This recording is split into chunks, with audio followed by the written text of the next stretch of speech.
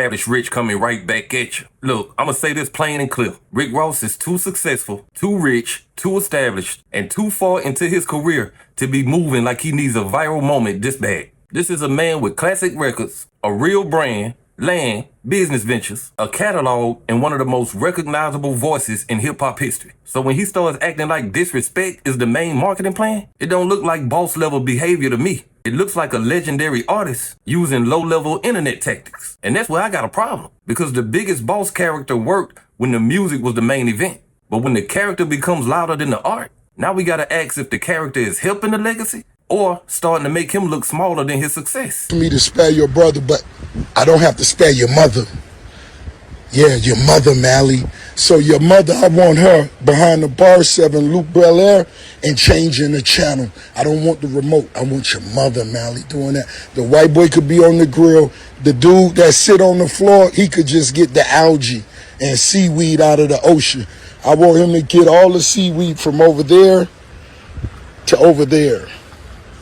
And I want your mom, tell your mama, yeah, your mama, to come cut on forensic files right now. Right now, Mally. Somebody do me a favor and Google Mally's mom's name and where she works. Because I want her to come and cut on the Kevin Hart roast. I want the Kevin Hart roast on. I don't want to use this no more. Rory, Mally, the Joe Budden Jr. Varsity Squad. Come on now. Come on, guys. Look at this. I'm not good at this. There you go. This is the last time I'll be doing this. Mally. Come on now, mommy. Come on, mommy.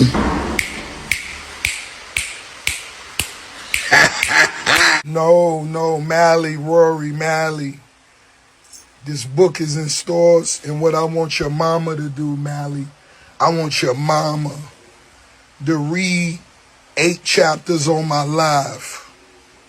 This is where Ross started losing me. Rory and Mal have a podcast. Their job is to talk, critique, joke, give opinions, and say what they think about the culture. If Ross disagrees with them, he should respond to their opinion. If they got the business wrong, he should break the business down. But when you start bringing people's family into it, now it don't feel like you making a point. It feels like you're trying to make somebody emotional for content. That's not boss talk, that's reaction bait. And Ross knows exactly how this media game works. He knows a disrespectful clip will travel faster than an interview clip. He knows blogs will post it, we gonna react to it, and his name will stay moving without the music having to do all the heavy lifting. That's smart marketing if you a new artist with nothing to lose. But Rick Ross is not a new artist with nothing to lose. He's a veteran with a legacy to protect. And that's why this feels beneath him. You can't call yourself the biggest boss and then move like you need a podcaster to get mad so you can do your album rollout. That don't match up. I like what you said about the whack rappers that might get out of line and shit. Just imagine if I had the chance to slap 50 Cent with this shit right here. Come on, man.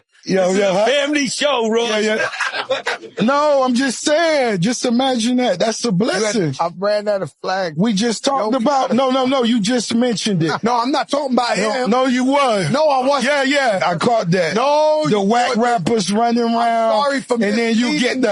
I had nothing with the $1 million backhand. You feel me? No, I didn't say that. You was talking about 50 Cent, the whack nigga that I'm not even thinking about him. I was talking about a time when. No, I caught that. I caught that alley hoop. Yo, Ross, stop. I'm a win by Yayo, nigga. Yo, win by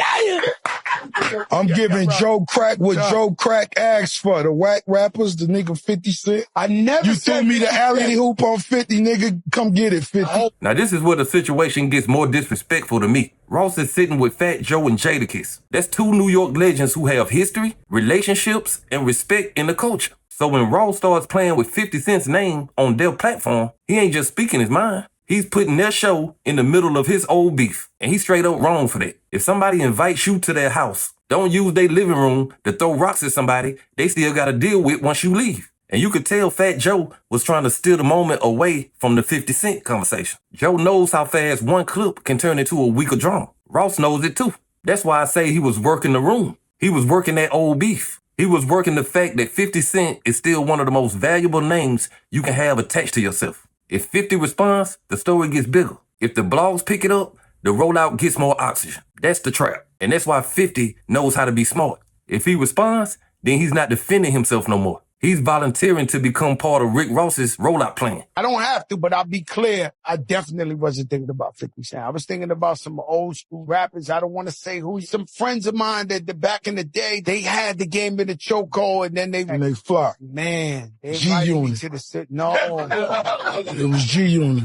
It was them niggas. The nigga with the dark cheek. What's that nigga name? Uncle Murda. That nigga cheeks way darker than his forehead. He need that rewind skin cream, nigga. I caught that alley hoop, my nigga. No, I didn't do that. I went by him out there, nigga. My shit, PG-13. I don't Kiss, what that be? I think inspiration. Come on now. Let's keep it real. The Kiss, nigga cheeks dark. I'm out of Listen, you gonna say I inspired that talk? You did. I don't know. You gonna say that I shit? caught the alley hoop. When Ross starts talking like there could be physical energy between him and 50, that's why I check out. Boy, you too old, too rich, and too established to be talking like that on a promo run. This ain't 2009. This ain't a DVD magazine outside the club. These are grown men with children, businesses, security, lawyers, employees, and legacies. So when that type of talk comes out now, it don't sound dangerous. It sounds unnecessary. And that's the hard part about aging in hip-hop. The same energy that made you look fearless at 30 can make you look lame at 50. Ross seems to not understand that. The character is too big for all these small moves. The big laugh, the big yacht, the luxury, the mansion, the Maybach image, all that worked because the music had weight behind it.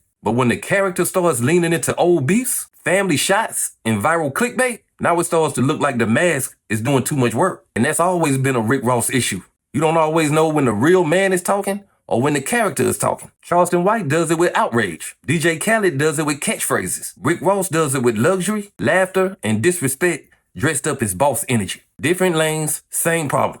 After a while, people stop knowing where the brand ends and the human begins. Volume is now like Death Row Records. So you got Rick Ross on Joe and Jada. You got Ross telling Mal to you know what and moms, which is crazy. I don't talk about nobody's mother. That's just not me. Then you got him dissing the G Unit and my man Murda on there. To me, Rick Ross jokes is getting dropped. Murda clean my boat. Yayo mow my lawn. Niggas don't care about none of that.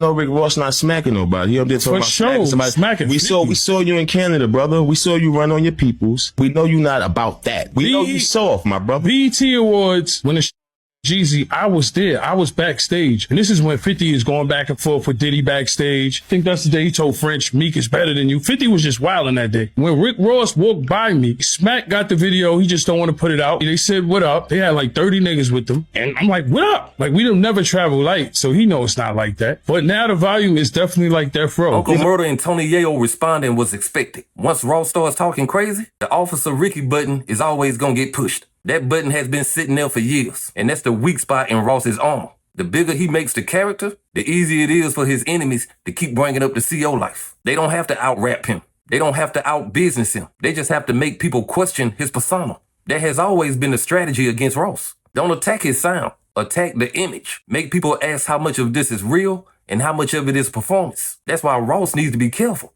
Every time he talks like an untouchable figure, somebody is going to remind him that part of his story don't match their energy. And Tony Yayo and Uncle Murda need to be careful too. If they respond, make it quick, make it short, and move on. Don't give Ross a whole week of free promotion. That was his plan from the beginning. Don't let his rollout become your job, because that's what smart trolling does. It makes the other side do promo work for free. And Ross is smart enough to know that. The strange part is, he's too successful to even need it. This is not a man trying to get out the mud. This is not a man begging the industry to notice him. This is Rick Ross. He already has the name. He already has the brand. He already has the catalog. So why does this rollout feel like a man still trying to prove he exists? That's the real question. And maybe that's what happens to some legacy artists in the internet era. They built their name when music created a moment. But now they're trying to survive in a time where moments often outrun the music. So instead of trusting the art, they start trusting the chaos. That's how legends start moving like content creators. And that's what makes this move disappointing. Ross has too much life experience to give us this little substance in an album rollout. He could be talking about the industry, his health, his business, his age, his mistakes, his lessons, and what it really costs to keep up the big boss persona for 20 years. That would be powerful. That would be grown. That would hit harder than any 50 Cent joke. Because attention is easy for Ross. Respect is what he should be protecting. And sometimes the fastest way to get attention is also the quickest way to look smaller in your own legacy. Rick Ross still matters, but this feels like a man who knows the character can still get clicks, even if the character is starting to cost him depth. Because being the biggest boss should mean you know when not to be the loudest voice in the room. Sometimes the real boss move is not taking the bait. Sometimes the real boss move is letting the work speak instead of making everybody talk about the mess around the work. That's where Ross needs to go next. Come out of character long enough to remind people why the character worked in the first place. Because right now, the character is getting all the attention, but the man is starting to disappear behind it. But hey, that's just my opinion. What's yours? Like, comment, subscribe. Established Rich. I'll be back with another one. Peace.